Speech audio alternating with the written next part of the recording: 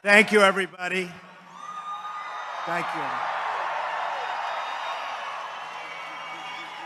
I didn't know that Melania was going to be saying the Lord's Prayer, but I thought that was very beautiful. Thank you.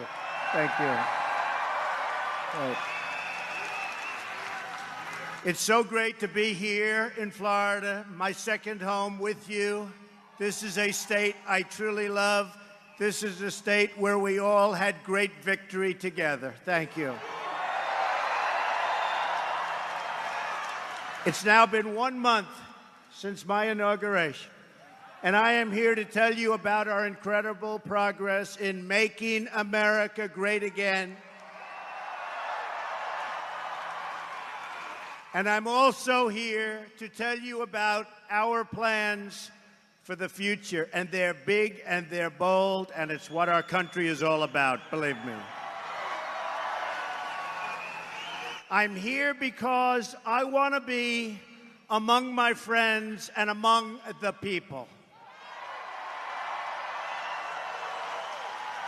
This was a great movement, a movement like has never been seen before in our country or probably anywhere else. This was a truly great movement, and I want to be here with you, and I will always be with you. I promise you that. I want to be in a room filled with hardworking American patriots who love their country, who salute their flag, and who pray for a better future.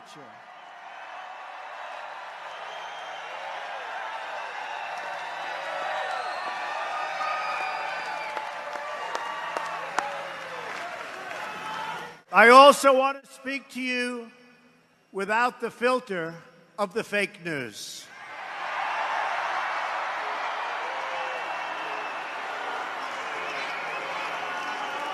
The dishonest media, which has published one false story after another, with no sources, even though they pretend they have them, they make them up in many cases.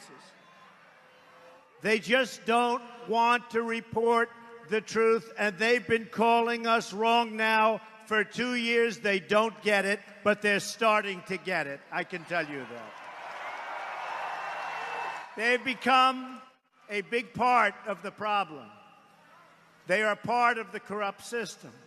Thomas Jefferson, Andrew Jackson, and Abraham Lincoln, and many of our greatest presidents fought with the media and called them out, oftentimes on their lies.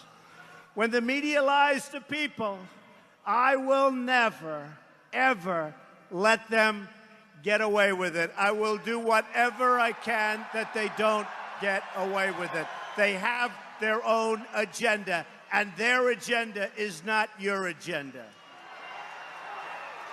In fact, Thomas Jefferson said, "Nothing can be believed which is seen in a newspaper.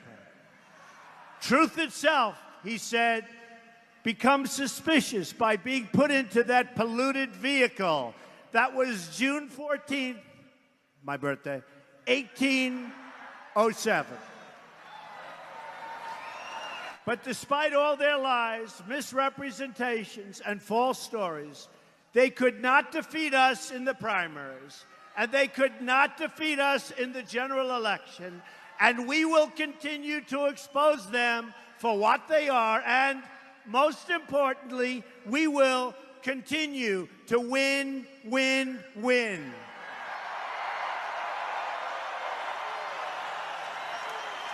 We are not going to let the fake news tell us what to do, how to live, or what to believe. We are free and independent people, and we will make our own choices. We are here today to speak the truth, the whole truth, and nothing but the truth. I hear your demands, I hear your voices, and I promise you I will deliver. I promise that.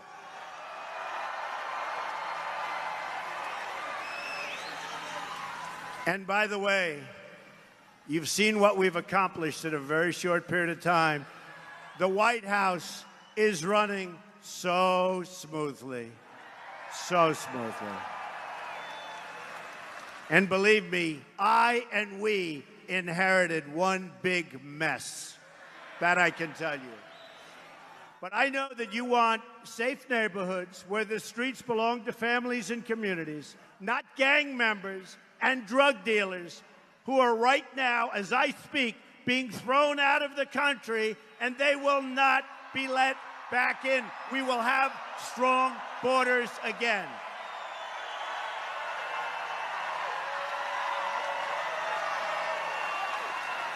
And I mean that. And you've seen it on television. You've seen it on television. General Kelly, now Secretary Kelly, he's really doing the job. You're seeing it. The gang members, bad, bad people. I said it day one. And they're going out. Or they're being put in prison.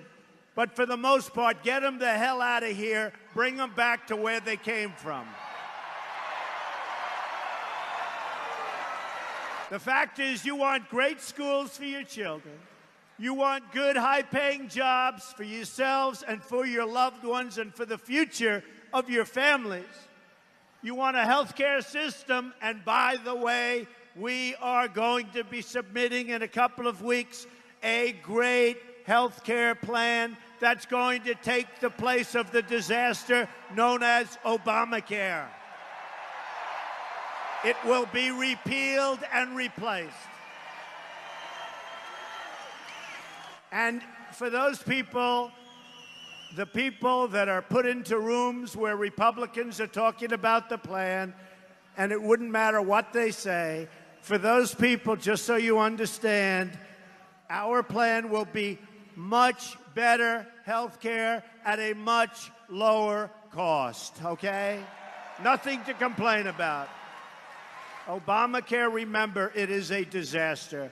You want low-cost American energy also, which means lifting the restrictions on oil, on shale, on natural gas, and on clean, very clean coal. We're going to put the miners back to work. The miners go back to work. You want us to enforce our immigration laws and to defend our borders.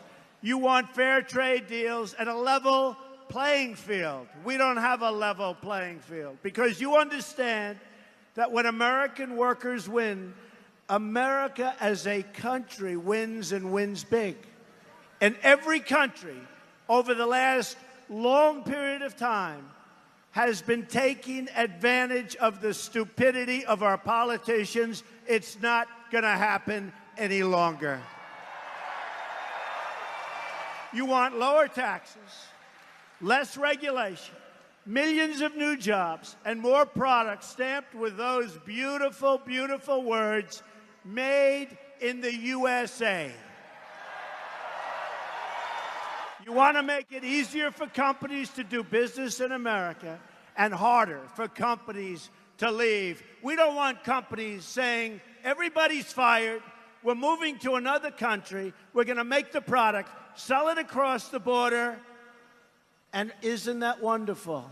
Not going to happen anymore. We're going to have strong borders, and when they want to sell that product back across our border, they're going to pay a 35% tax, and you know what? They're never going to leave. They will never, ever leave. And you've seen that because I've already displayed it for the last 2 months, even before I got into office. They're not leaving. And if they do, they're going to pay a very, very big price for terminating the relationship to our workers. You want a government that serves the people, not the donors and not the special interests. In short, you want a government that keeps its promises. A great spirit of optimism and sweeping. And you see it. It's sweeping all across the country. Look at what's happening to the stock market. Look at what's happening to every poll when it comes to optimism in our country. It's sweeping across the country. And in fact, every day for the last long period of days, the stock market, meaning companies, have been hitting new highs. They're going to start hiring. It's going to be a new day in America. You're going to be proud again. Jobs are already starting to pour back in. They're coming back in like you haven't seen in a long time. Ford, General Motors, Fiat Chrysler are bringing in and bringing back thousands of jobs, investing billions of dollars because of the new business climate that we are creating in our country. In Arizona, Intel, great company, just announced it will open a new plant that will create at least 10,000 brand new, beautiful American jobs. I followed through on my promise to withdraw from the job-killing disaster known as the Trans-Pacific Partnership, TPP. We have just terminated our relationship to it. We're going to have tremendous trade deals all over the world, but they're going to be bilateral or, as we would say, one-on-one. None of these deals will we get caught in quicksand, where we get mired in and we can't do anything about it, like, by the way, NAFTA and so many others. And my administration has begun plans to crack down on foreign cheating and currency manipulation, which is killing our companies and really, really hurting our workers. We're going to end it.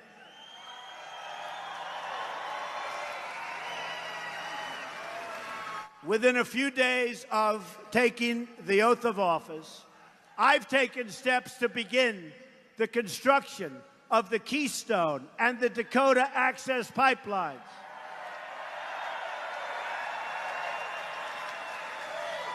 Anywhere from 30 to 40,000 jobs. And very importantly, as I was about to sign it, I said, who makes the pipe? Who makes the pipe? Something this audience understands very well, right? Simple question. The lawyers put this very complex document in front. I said, who makes the pipe? They said, sir, it can be made anywhere. I said, not anymore. So I put a little clause on the bottom. The pipe has to be made in the United States of America if we're going to have pipelines.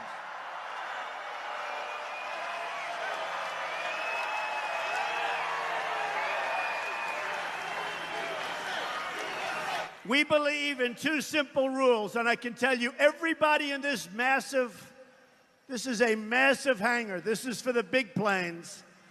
And by the way, do you think that one media group back there, that one network, will show this crowd? Not one.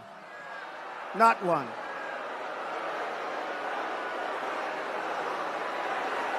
They won't show the crowd. You know, coming in on the plane, and that plane represents so much, and just so you know, they were close to signing a $4.2 billion deal to have a new Air Force One. Can you believe this? I said, no way. I said, I refuse to fly in a $4.2 billion airplane. I refuse. So I got Boeing in, and it is actually two planes. A lot of people don't know. The Air Force One project is actually two planes. Why they need two planes, we'll have to talk about that, but they have two planes. But we've got that price down by over $1 billion, and I probably haven't spoken, to be honest with you, for more than an hour on the project. But I got the generals in who are fantastic. I got Boeing in. But I told Boeing it's not good enough. We're not going to do it. The price is still too high. On the F-35 fighter jet, we were hundreds of billions of dollars over budget. 7 years late. Great plane. Lockheed Martin. A great plane. So think of it. They're 7 years late. They're hundreds of billions of dollars over budget. Other than that, by the way, the project is going extremely well. And I got the folks in from Lockheed Martin, who are terrific people and a terrific product, by the way. I also got Boeing in. I said, do me a favor, give me a competing offer. And now they're competing and fighting. And we've gotten hundreds of millions of dollars off the price of a plane that was going to be ordered. In other words, if my opponent got in, there would have been no calls made to Lockheed and Boeing. They would have signed contracts. So they're going to make plenty of money, but it's going to be a lot less than they would have made without Trump, that I can tell you. And that's, you might as well know about it. Because nobody talks. And by the way, that's for fighter jets, one of the biggest orders in the history of aviation, the order for the F-35. You've been reading about it because it was a disaster under the last administration, a disaster. And now we have it running beautifully. In fact, when the Prime Minister of Japan, Prime Minister Abe, who's great guy, when he came over, he said, "Thank you." I said, "For what?" "You saved us many, many millions of dollars on the F-35 fighter jet." Because when I negotiated, I took our allies into the same negotiation. So the first thing he did was he thanked me for saving them money. And that's good. Okay, that's good. I know the media will never thank me, so at least Japan is thanking me, right? But we believe in two simple rules: buy American and hire American. We believe in that. We've just issued a new order which requires that for every one new regulation, 2 old regulations must be eliminated. And by the way, a new director was just approved. Can you imagine the length of time it's taking the Democrats? And I actually think it's an embarrassment to them. But this is getting into be record-setting territory. These are incredible people. Scott Pruitt was just now approved for the Environmental Protection Agency. He'll do so good. He'll do so good. But he won't have projects going 10 and 12 years and then getting rejected. And they may be rejected, but they'll be rejected quickly. But for the most part, they're going to be accepted. They're going to be environmentally friendly, and he is going to be a great secretary. He will be amazing. So we're very happy. That took place yesterday. That's going to be a big difference because they were clogging up the veins of our country with the environmental impact statements and all of the rules and regulations. It was impossible to navigate for companies. And what did it really mean? Forget about the companies. What did it mean? It meant no jobs. It meant companies leaving our country and going to foreign countries to do things that they'd rather do here. So we're going to have a whole big situation. We are going to unfree all of those companies. They're going to have freedom. They're going to be able to build what they want to build. It'll be environmentally friendly, and we're going to start producing jobs like you've never seen before. That's going to happen. That was a big thing. We're standing up for the incredible men and women, always, of law enforcement. We're standing up. And I can tell you, the military and law enforcement, they stood up big. I don't say for me. I'm the messenger, folks. I'm the messenger. They stood up for us in this last election. We got numbers that nobody believed were possible from law enforcement and from military. Basically, people that wear uniforms like us. Isn't that nice? And I saw this man on television just now. I just saw him on television. He said, "I love Trump. Let Trump do what he has to do." That's my guy right there. It's true. Come here. Come here. No, I'm coming in. That's okay. Let him up. Let him up. I'm not worried about him. I'm only worried he's going to give me a kiss. I'm not worried about anything else. This guy is so great. He was one of many people. They're interviewing people in the line. And I have to say, there's a tiny group of protesters out there, and they were given as much publicity as this massive room packed with people. But they interviewed this man. Come on up here.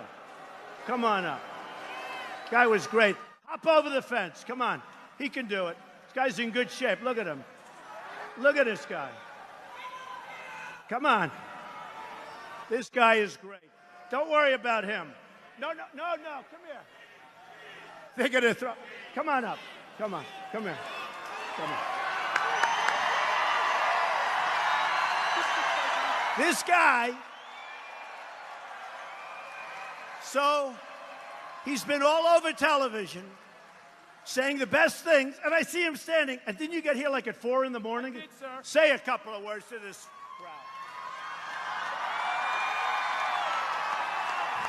crowd. Mr. President, thank you, sir. We the people, our movement is the reason why our president of the United States is standing here in front of us today.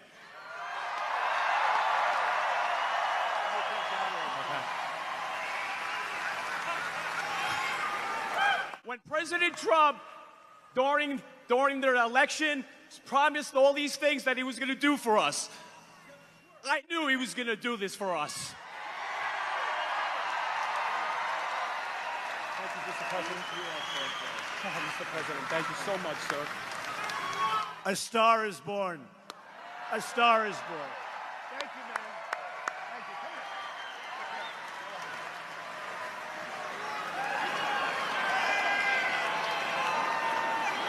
here. That's fine.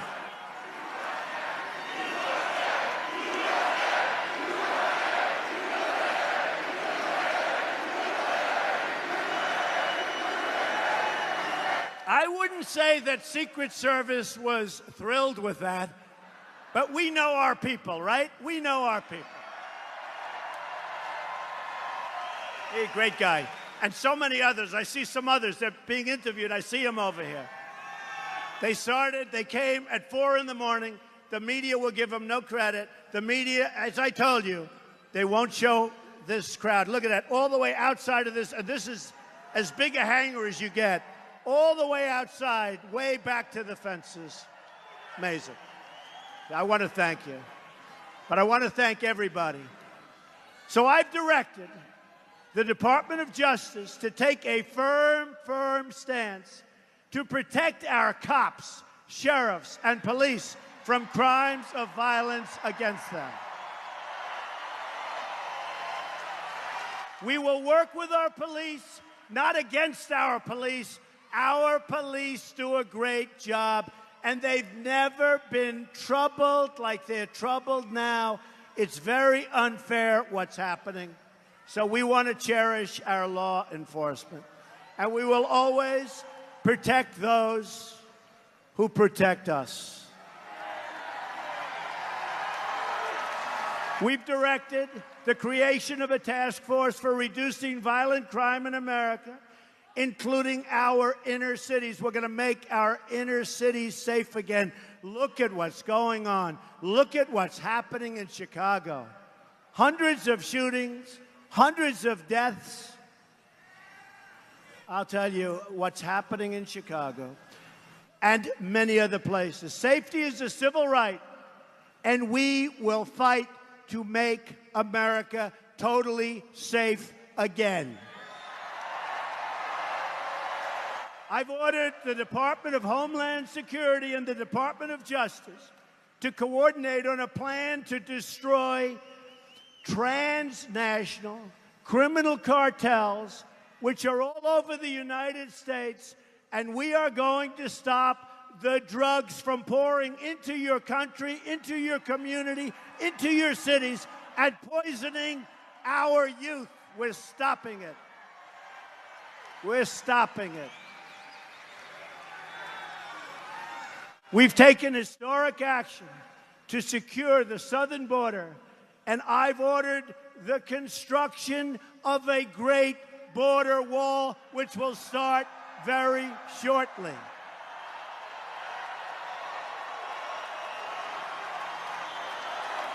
And I've taken decisive action to keep radical Islamic terrorists the hell out of our country.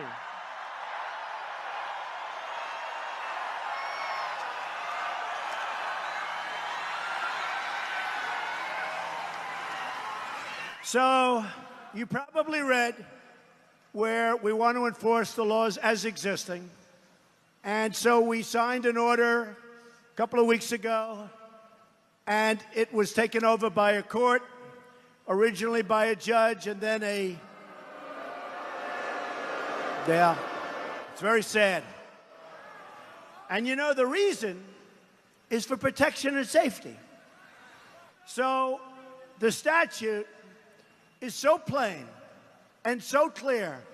I said last week I was speaking to a great group of sheriffs, the sheriffs group in Washington.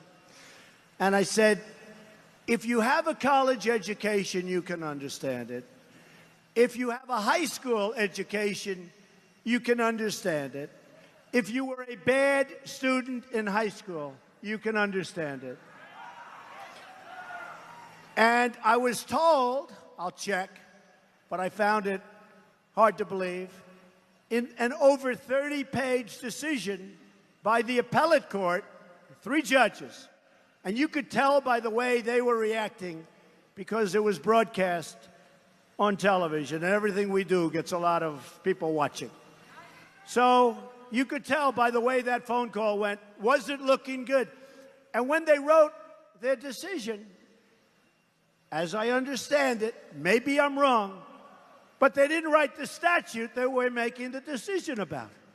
Because every word of the statute is a total kill for the other side. So I thought I'd read it. And here's what it says. This is what it says. Whenever the president finds that the entry of any aliens or any class of aliens into the United States, okay, so essentially, whenever somebody comes into the United States, right? If it would be detrimental to the interests of the United States, okay? Now, you know the countries we're talking about. And these were countries picked by Obama. They weren't even picked. They were picked by Obama. He may, so the president may, by proclamation, and for such period as he shall deem necessary. Now, because it's old, it should have said he or she, right? They were not politically correct when they drew this. In fact, that's the only thing that was actually wrong with it. He or she. But I don't think the women care too much about that, right? I don't think so. By the way, we did very well with women.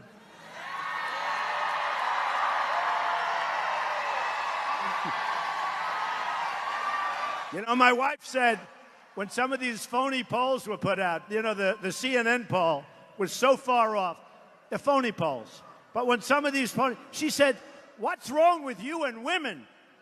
We did very nicely with women. We did nicely with a lot of groups that they didn't think we were going to do so nicely with. I guess we had to. That's why we're all here tonight, right?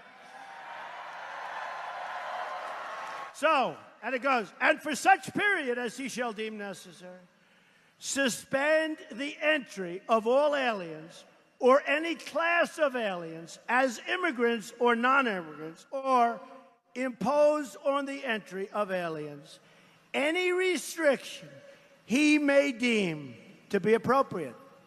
So basically it says the president has the right to keep people out if he feels it's not in the best interest of our country, right? Unbelievable. Unbelievable. And I listen to these judges talk and talk and talk. So unfair. So we'll be doing something over the next couple of days. We don't give up. We never give up. We had a court that I disagree with. I disagree with Big League. And by the way, whether you read it or whether you watch it on television, when other lawyers come on, many of them can't even understand. They're saying, how do you come up with that decision? It cannot be more simple. So they're ruling on what I just read you, and they don't even quote it in their ruling. Because you can't, because it's too obvious. So we will do something next week. I think you'll be impressed. Let's see what happens. Here's the bottom line. We've got to keep our country safe. You look at what's happening. We've got to keep our country safe.